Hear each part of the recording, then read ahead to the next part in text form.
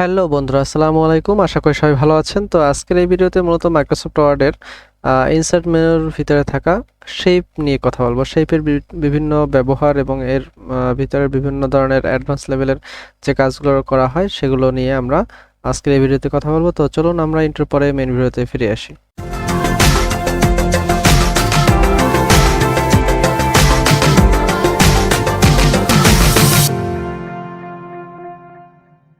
প্রিয় বন্ধুরা, আপনারা যারা এখনো আমাদের চ্যানেলটি সাবস্ক্রাইব করেননি অবশ্যই আমাদের চ্যানেলটি সাবস্ক্রাইব করবেন এবং তার পাশে থাকা বেল আইকনটি বাজিয়ে দিবেন। এতে আপনাদের কাছে সবার আগে সর্বপ্রথম আমাদের ভিডিওর নোটিফিকেশন চলে যাবেন এবং আপনারা আমাদের ভিডিওগুলো দেখে নিজেদের আপডেট করে রাখতে পারবেন। বন্ধুরা, চলুন আমরা মেইন টপিকে চলে যাই। তো আজকে মূলত ইনসার্টের শেপ মেনু নিয়ে কথা বলবো। আসলে শেপ হচ্ছে এমন একটা বিষয় বা অবজেক্ট যেটা আমরা বিভিন্ন ডকুমেন্টে প্রায়শই ইউজ করে থাকি।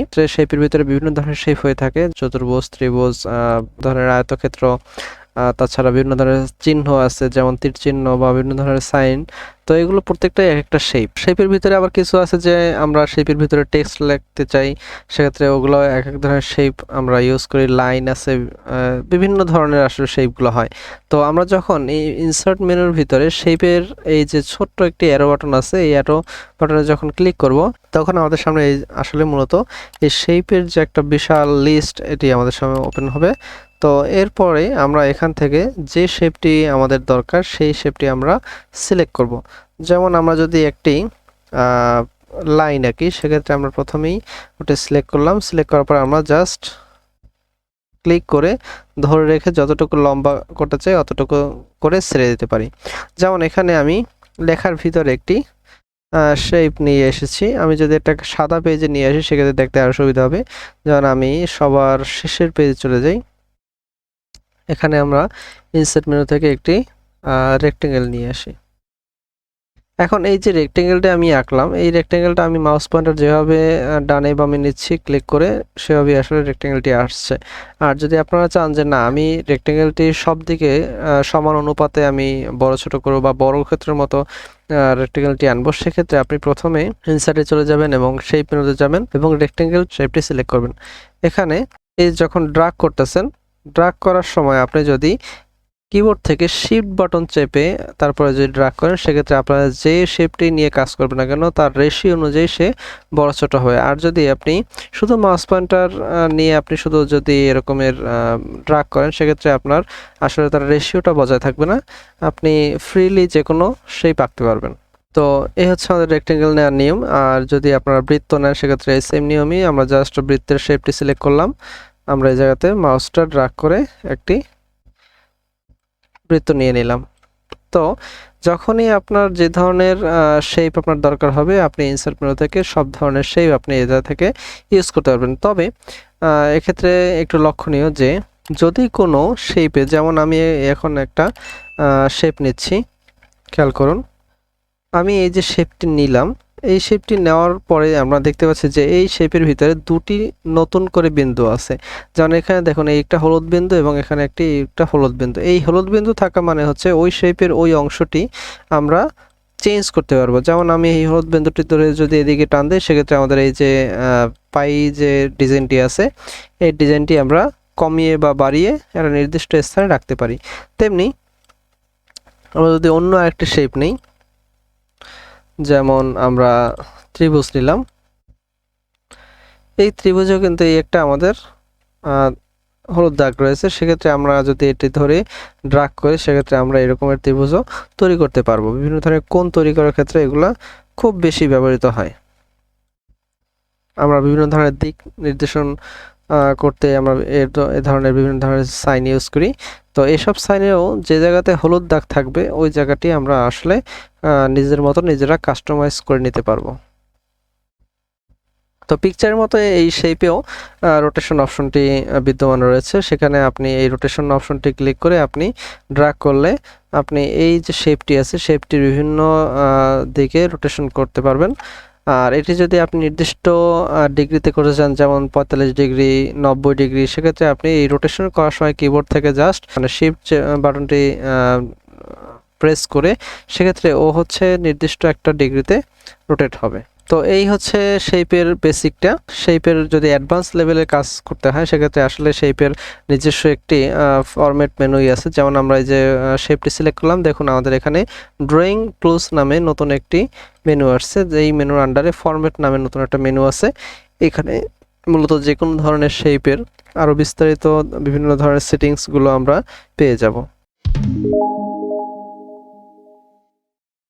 আমরা এখানে একটি এই যে ইনসার্ট শেপের ভিতরে আমরা বিভিন্ন ধরনের শেপ পাচ্ছি। এই ইনসার্ট শেপের ভিতর থেকে আমরা যদি একটা বৃত্ত নেই, তো এই বৃত্তটি আমরা এই জায়গা থেকে নিতে পারছি। এবার যদি আমি এডিট শেপে যাই, এই এডিট শেপে গিয়ে এডিট পয়েন্টে যদি আমরা ক্লিক করি, সেক্ষেত্রে আমরা এই বৃত্তের চারদিকে যতগুলো পয়েন্ট আছে আমরা এই পয়েন্টগুলো সিলেক্ট করে নিজেদের মতো আমরা এডিট করতে পারবো।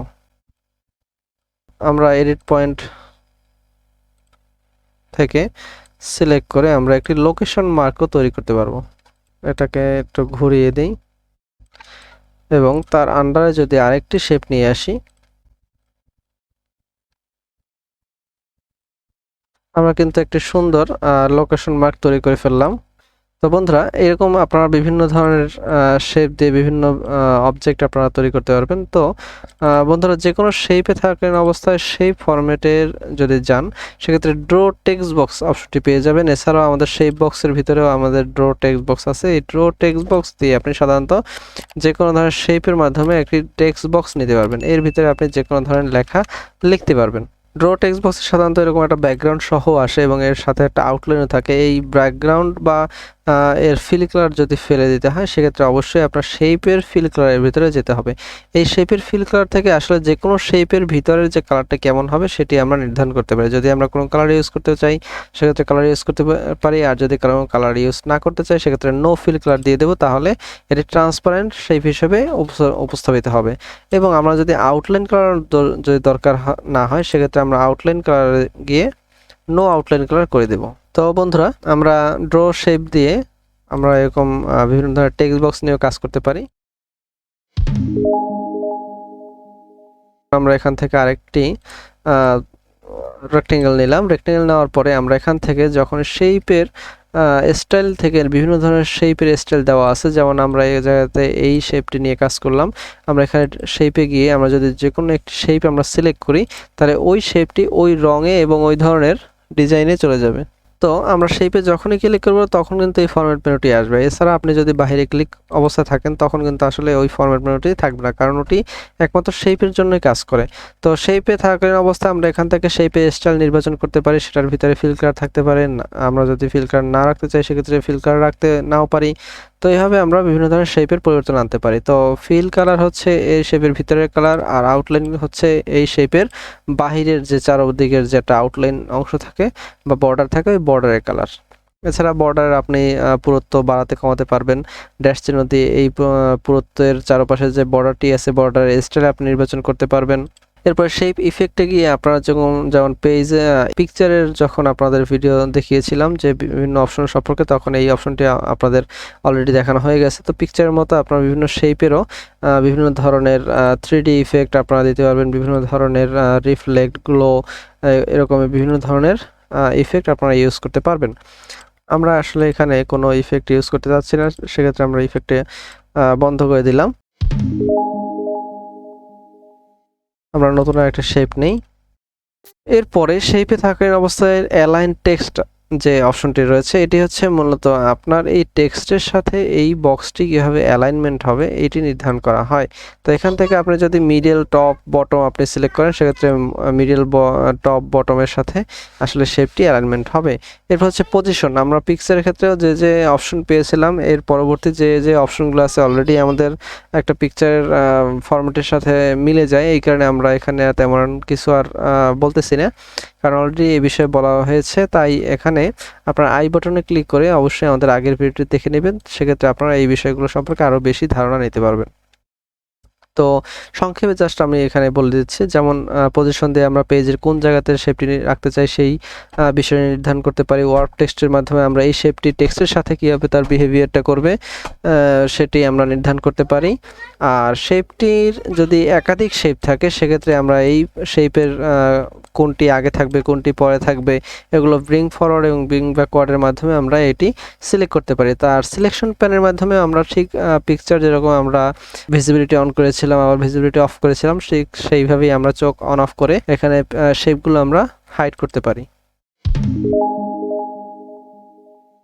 আসলে আমরা যদি একাধিক শেপ একই পেজে বা ডকুমেন্ট ইউজ করি সেক্ষেত্রে প্রত্যেকটা শেপ যেন অ্যালাইনমেন্ট ঠিক থাকে। এখানে আমরা একাধিক শেপের সাথে আরেকটি শেপ বা একটি শেপের সাথে আরেকটি শেপ কীভাবে অ্যালাইনমেন্ট করব আসলে এই জিনিসগুলো এখান থেকে আমরা সিলেক্ট করতে পারি।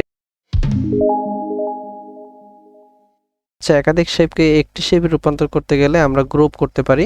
আবার শেপের যদি আমরা রোটেশন করতে চাই বা ঘোরাতে চাই সেক্ষেত্রে আমরা রোটেশন অপশন ইউজ করতে পারি।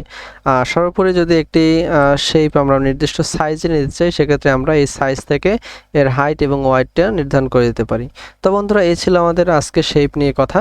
তো আশা করি ভিডিওটি ভালো লেগেছে। আর যদি ভিডিওটি ভালো লেগেই থাকে তাহলে অবশ্যই আমাদের চ্যানেলটি সাবস্ক্রাইব করবেন এবং সবার সাথে শেয়ার করবেন।